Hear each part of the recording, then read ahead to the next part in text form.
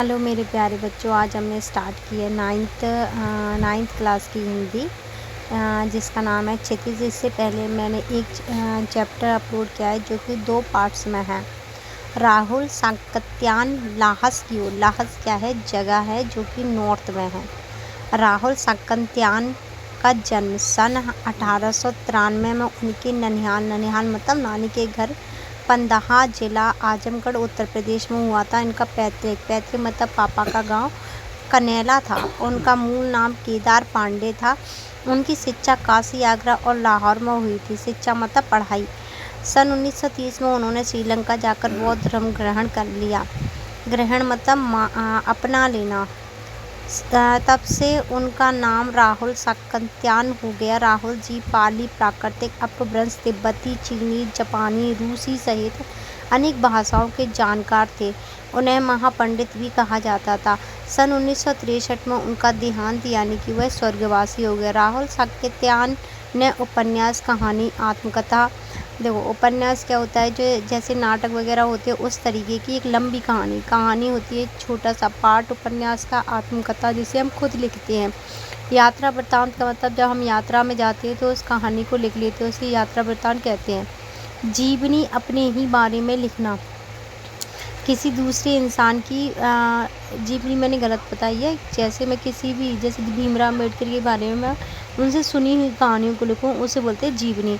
आलोचना का मतलब होता है जब हम उसे मतलब बुराई की फॉर्म में लिखें, उसे बोलते हैं आलोचना। शोध यानी कि रिसर्च की है। आदि अनेक विधाओं मतलब होता है शाखाओं में। साहित्य सृजन किया है, साहित्य को बहुत अच्छा लिखा है। इतना ही नहीं, उन्होंने अनेक ग्रंथों को हिंदी में भी अनुवाद किया है।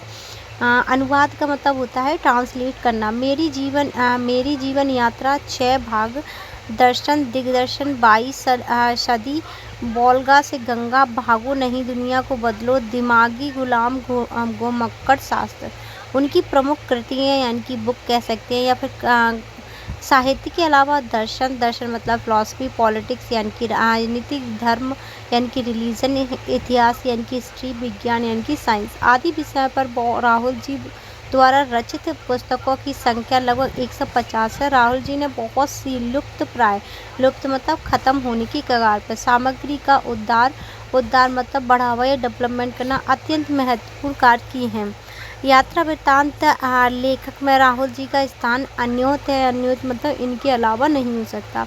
उन्होंने घुमक्कड़ का शास्त्र रचा और उससे होने वाली लाभों को विस्तार से वर्णन किया मतलब बताया। मंजिल के स्थान पर यात्रा को ही घुमक्कड़ का उद्देश्य यानी कि गोल माना है। घुमक्कड़ी से मनोरंजन, ज्ञान वर्धन, मनोरंजन मतलब एंटरटेनमेंट, ज्ञान वर्धन यानी कि बढ़ना, ज्ञान को बढ़ावा देना, एवं अज्ञात स्थलों की जानकारी के साथ साथ भाषा एवं संस्कृति का भी आदान प्रदान यानी कि लेना देना किया है।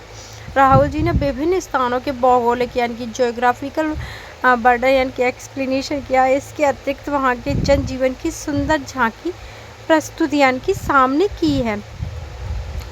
संकलित अंश राहुल जी की प्रथम यात्रा तिब्बत से लिया गया है, जो कि उन्होंने सन 1929 से 30 में नेपाल के रास्ते की थी। उस समय भारतीयों को तिब्बत की अनुमति नहीं थी तिब्बत जाने की, इसलिए उन्होंने यात्रा एक भिखमंगे के छद्म भेष में की थी। इसमें तिब्बत की राजधानी ल्हासा की ओर जाने वाले दुर्गम स्थानों का वर्णन उन्होंने बहुत ही रोचक शैली में किया है। इस यात्रा वृत्तांत से हमें उस समय के तिब्बती समाज के बारे में जानकारी मिलती है। यहाँ से हमारा चैप्टर स्टार्ट होगा। वह नेपाल से तिब्बत जाने का मुख्य रास्ता है।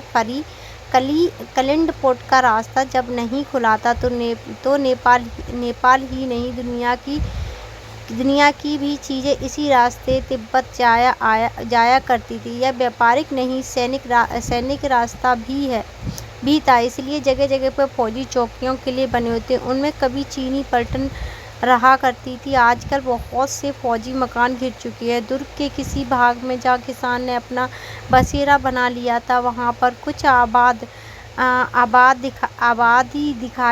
दिखाई पड़ते हैं। ऐसे ही परित्यक्त एवं एक चीनी किला था। यहाँ पर चाय पीने के लिए ठहरे। तिब्बत में यात्रियों के लिए बहुत सी तकलीफें थी और कुछ आराम की बातें। वहाँ जहाँ जाति पाति छुआछूत का सवाल ही नहीं था और ना औरतें पर्दा करती थी।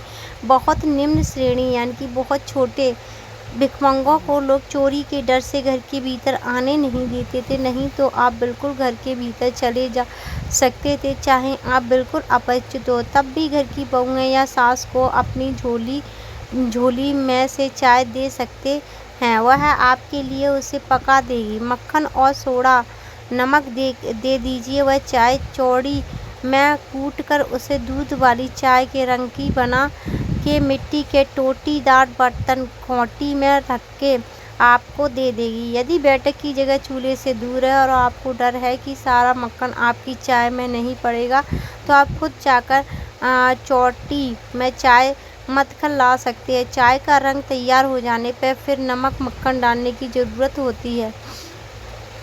परित्यक्त चीनी किले में जब हम चलने लगे तो एक आदमी राहदारी मांगने आया। हमने वह दोनों चिटो उसे दे दी। शायद उसी दिन हम थोडा के पहले आखिरी गांव में पहुंच गए। वहां भी सुमति से जान पहचान के आदमी थे और भिखमंगे रहते भी ठहरने के लिए अच्छी जगह मिली। 5 साल बाद हम इसी रास्ते से लौटे थे और भिखमंगे नहीं, एक भद्र यात्री के भेष में घोड़े पर सवार होकर।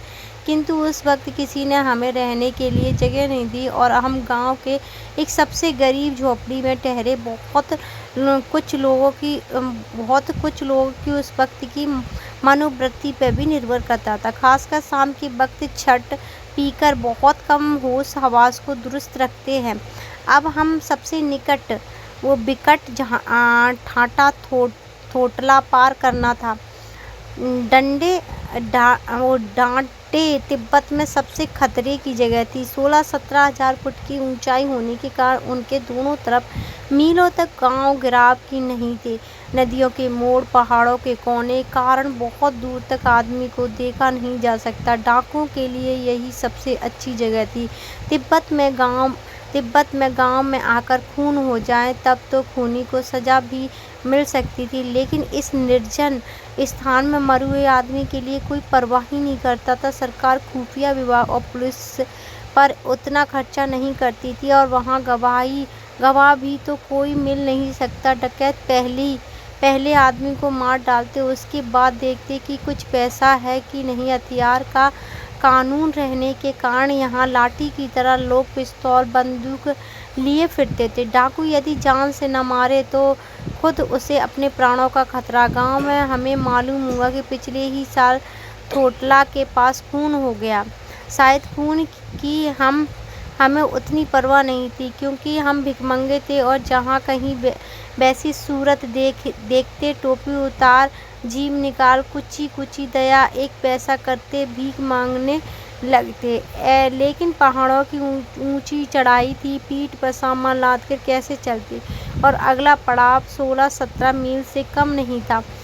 मैंने सुमति से कहा कि यहाँ से लडकौर तक के लिए 2 घोड़े कर लो, सामान रख लेंगे और चढ़े चलेंगे। दूसरे दिन हम घोड़ों पर सवार होकर ऊपर की ओर चढ़े। डांडे से पहले एक जगह चाय पी और दोपहर के वक्त डांडे के ऊपर जा पहुँचे। हम समुद्र तल से 17-18 हजार फुट ऊंचे खड़े थे। हमारी दक्षिणी तरफ पूरब से पश्चिम की ओर हिमालय के हजारों श्वेत शिखर चल गए थे। भीटों की ओर दिखने वाली पहाड़ बिल्कुल नंगे थे। न वहाँ बर्फ की सफ़ेद चादर थी, न किसी तरह की हरियाली। उत्तर की तरफ बहुत कम बर्फ वाली चोटियाँ दिखाई पड़ती। सर्वोच्च स्थान पर डांडे के देवता का स्थान था, जो पत्थरों के ढेर, जानवरों के सींग और रंग बिरंगे कपड़े की झांडियों से सजाया गया था।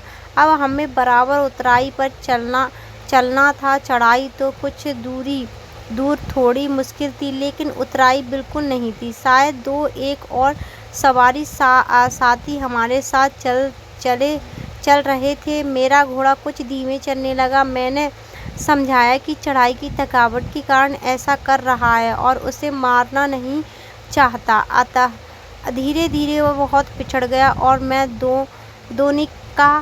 दोनिक्का बा कश्तों की तरह अपने घोड़े पे घूमता हुआ चला जा रहा था।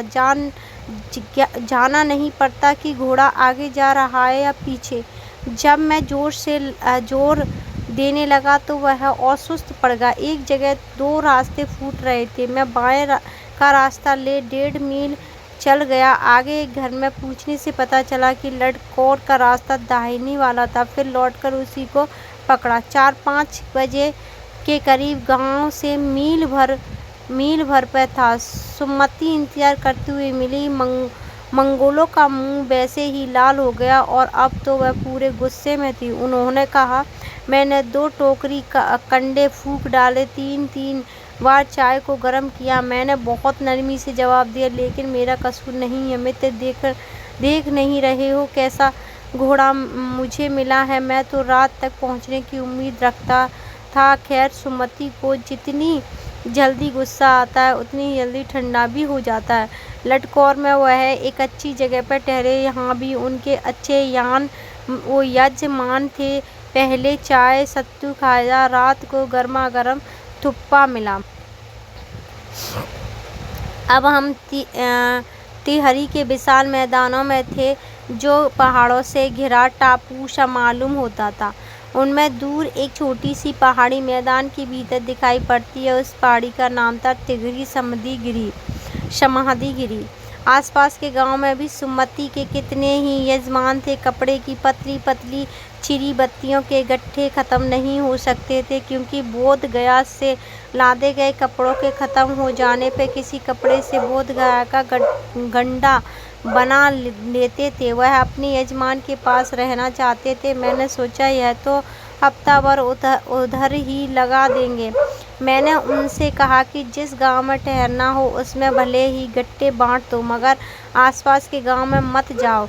इसके लिए मैं तुम्हें ढूंढने की कोशिश की, लेकिन कोई ना मिला। सवेरे ही चल दिए होते तो अच्छा था, लेकिन अब 10-11 बजे की तेज धूप में चलना पड़ रहा है। तिब्बत की धूप भी बहुत कड़ी मालूम होती है। यद्यपि घोड़े से भी मोटे कपड़ों से सिर को ढक लें तो गर्मी खत्म हो जाएगी। आप 2 बजे सूरज की ओर